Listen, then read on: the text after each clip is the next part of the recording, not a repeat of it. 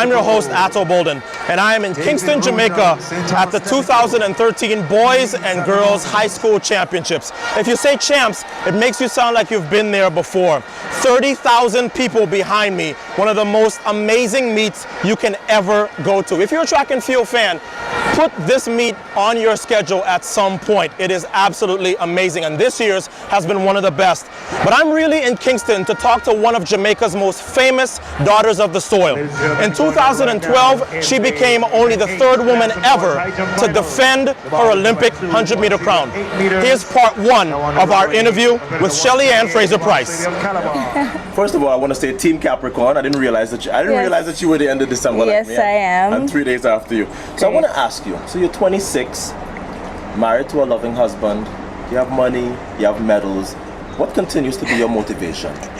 Well, I'm highly motivated for a lot of reasons, you know. I believe as an athlete or as a female athlete from the Caribbean, I don't get the respect that I deserve.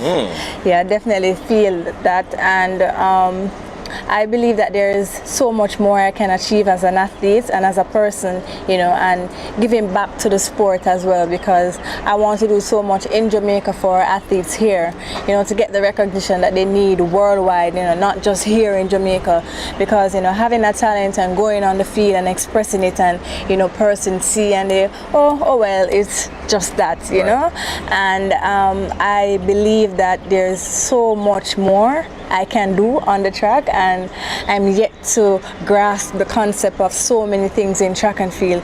A lot of persons will say I'm not a student of the sport, which is true. I'm not. I can't tell you a lot about the sport, but I'm a hard worker. So you're a student of the sport, though, enough to know that when you crossed the line in London, there are only 2 other women in history that have done that. You're a student of the sport enough to know that? Oh, no, I didn't know that. You didn't know that? No, I only knew about Gail Divas, but I didn't know about anybody else. Right, Wyoming Tires way back when. Yeah, I didn't know. I knew about Gail Divas, but I knew nothing about anybody else. And to be honest, when I was getting ready to compete throughout, you know, London and the whole season, I wasn't really thinking about, oh, I needed to retain this title to become the third female to have, you know, repeated. You know, for me, it was just something that I wanted it, you know. I worked hard for it, and 2011 was a year that was down for me, and this is my triumph, you know. This is the time that I'm going to rise, you know. All the disappointments, everything, this is what I'm working for. Now, you talk a lot about how much you hate the 200. Of course, as a former world champion of 200, I'm a little offended, but I understand, because, you know, at your height, there's not a lot of women who are really good at that event at your height. But now, you know, you're knocking on the door of 22 flat. You're the Olympic silver medalist. Allyson Felix is not going to run forever. Do you look in the distance now and say, you know what? Maybe Olympic champion in the 200. I already have 200-meter goals. Surprisingly enough, I said a couple days or a month ago, I said that I believe in the future that I'll be a better 200 runner than I will be a 100 runner, because I'm so getting used to this 200, you know, and the Olympics was such an experience, because I said after I won the 100, it was so difficult for me to get myself back into that frame of mind that I had. Doublers now. Yeah. You know, so it was very difficult for me to just get myself back into that frame of mind that I had. And I said it to my coach, like, before I started the heat, I was like, I felt so drained, you know. I felt like I've completed my task and I haven't. You know, how do I get myself back there? So let's talk relay for a little while. The Jamaican 4x1 has been running exceptionally well, Beijing notwithstanding. You guys have your national record all the way down to 41.4, and yet you were way behind the United States last year. As well as you did in London last year, did you go away from the Olympics feeling like, you know what, we have to answer what the United States has done in this 4x1, going under 41 and setting the world record? Yeah, when they broke the world record, I was like, oh man, that should have been us in 2008. No, you know, as I say, I don't believe in coincidences. You know, things happen because they're supposed to happen that way.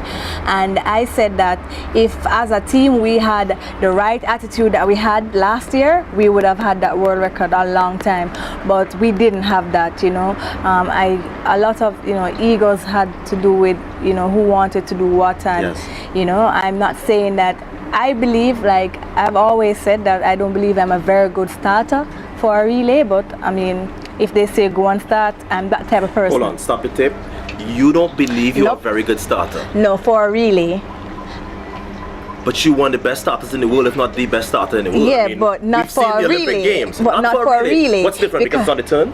It's the turn as well, because I'm not very good at turn runner, but I think also it has to do, I think I'm a better, I run the backstretch way better than I In other run words, you any prefer to other. run second. Yeah, I prefer to run But yet second. still, this is an important point though, because a lot of times with other countries, the person who is the superstar gets to pick which leg they want to run. And yet, in Beijing, you led off, as I recall. And in London, you led off. And in both of those Olympics, you were the Olympic champion. What is it about your lack of ego where if they tell you run first, you go, okay, if that's the best for the team, I'll go. I mean, I'm just that type of person. I hate confrontations, you know, I hate to get into the mess of anything. Yes. And, you know, even when there are times when we have trouble for, you know, of course, Stephen sometimes will say, oh, you're not running this leg, you're running this leg. I want to stay out of it. I'll be like, you know, I run whatever. Yes. Just so that there's no arguing or fussing, because I hate it, because I don't do well when persons argue or anything. Right. So of course I believe that, you know, you don't do much damage on a starting leg. For a person with the potential that I have and the times that I've ran Yes. in those championships, I don't do well. I won't give much on a start leg. So if I understand what you're saying, it sounds like you think for you guys to be under 41 as well and to sort of answer what the United States has done, you have to be running a different leg. Yeah, I believe. Second. I don't like to lose. You don't like to lose, but I pay attention to when all those cameras are on you. And when you lost in 2011, right, at the World Championships, you got fourth. First time off the podium since 2008, and the only championship that you've lost since 2008. You had a sort of a wry smile on your face as if to say, if I could be that close to winning and medaling with the worst race I've ever run in a championship, these ladies are in trouble next year.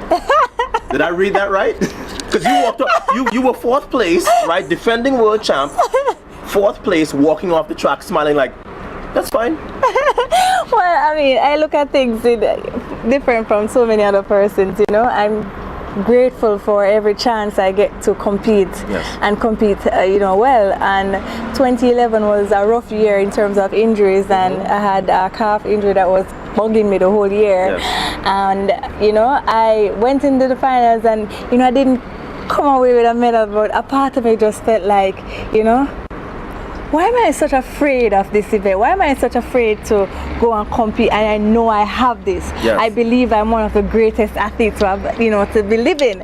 And I'm such afraid. And I crossed the line and I'd be like, oh, I came for it. And I'm like, wow, I came for it. It was like, you know, next year I'm at it again, and immediately I started to think about hard work, thinking about, you know, getting up, thinking about using this as a motivation to move forward, thinking about, you know, what 2012 would be, because in 2008 when I won the Olympics and I got the chance to go to school full-time to do my degree, I'd made a vow to myself that in 2012 I will be graduating with my degree and also becoming an Olympic champion again. Right. So I had that all in my head. So, you know, it was like no distraction, Yeah. none at all. Even though I came for it, I was still focused on what is my goal for 2012. People who are starting to figure out the Jamaican formula for success have figured out two things. One, the talent has always been here.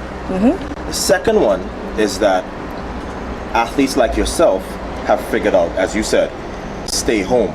Don't go and burn yourself out for 4 years somewhere else. Yeah. Don't go and be miserable. As you said, you don't have family in the United States. Do you feel like a pioneer? You talked about Asafa, and most people see Asafa as obviously the pioneer, and Bridget certainly. Do you see yourself too as a pioneer in terms of 50 years from now, we'll look back and say, yeah, it was Shelly-Ann Fraser-Pryce and Asafa and Bridget and Sharon who stayed at home and showed everybody else the way? Well, I definitely believe that, you know, because from the interaction that I've had with a lot of younger athletes who most of them now want to stay home and they want to be Shelly-Ann, and, you know, they're they emulate me so much, you know, that they want to run the way I run. They want to do everything, and I think that's really good for our country and developing our sports, because a lot more of our young athletes are now more focused than they've ever been 10 years ago, because I wasn't like this in champs. They're really focused, and you know, it's all due to the fact that we have stayed home and they see how well we compete, and you know, everybody has somebody to look up to, and I'm glad to be a part of that revolution. And when you started in this business, you weren't exactly highly touted. You were third at Carifta, you had gotten fourth at CAC Juniors. You done okay at champs, but I don't think anybody who wasn't an absolute Shelly-Ann Fraser at the time fan would have said, okay, this young woman is destined for greatness. What were your goals when you signed with MVP and got involved? Well, you know, when I started in 2006, I actually came here late. I went to MVP very late because at the time I was still undecided on what to do, you know, for school and everything. And I knew that deep down I didn't want to go away because, you know, I didn't have any family there, and I needed that support because I'm a homebody person, right? And I don't believe in coincidence, and I went to our KFC one late night. Wow, so the double Olympic champion is a KFC lover. Okay, well, we might have to edit that out. I went there and I saw Paul Francis, who actually said, you know, Steve has been asking for you. And I'm like, yeah. I was like, what are you doing for school? And I said, I'm still undecided, you know. And he's like, come and give us a talk on Monday. And I said, all right, sure, no problem. And I went and I spoke with him and I said, okay, fine. I told my mother I was going, and I went. And you know, I had so much to gain from the experience, you know, having Asafa being in the camp, Sharon, and Bridget, and all the other persons who were doing so well in the camp. So it was a good move for me, and I was home, which was most important for me. One of the things that you've been involved with is your UNICEF Global Ambassador. You've talked a lot about, you know, your interest in empowering women. Talk a little bit about what UNICEF has allowed you to do, both abroad and locally in Jamaica. Well, one of the things that I'm grateful for being a part of the UNICEF family is that I'm able to lend my voice to a cause that's affecting Jamaica, especially poverty amongst our children and education, you know, because I've seen where if a child is not being fed properly, then they won't learn, you know, and a lot of our children now are having children, so it means that a lot more children are turning out for school, and if there's no resources, you know, to meet these needs that are affecting especially our inner city community and our youths in Jamaica, then what will it say for our education system? You understand? What will it say for them learning? Because I'm from an inner city, and you know, I've been in poverty, so it's nothing new for me, and I understand. I can see how a 6-year-old will be, you know, or a 10-year-old will be in class not learning because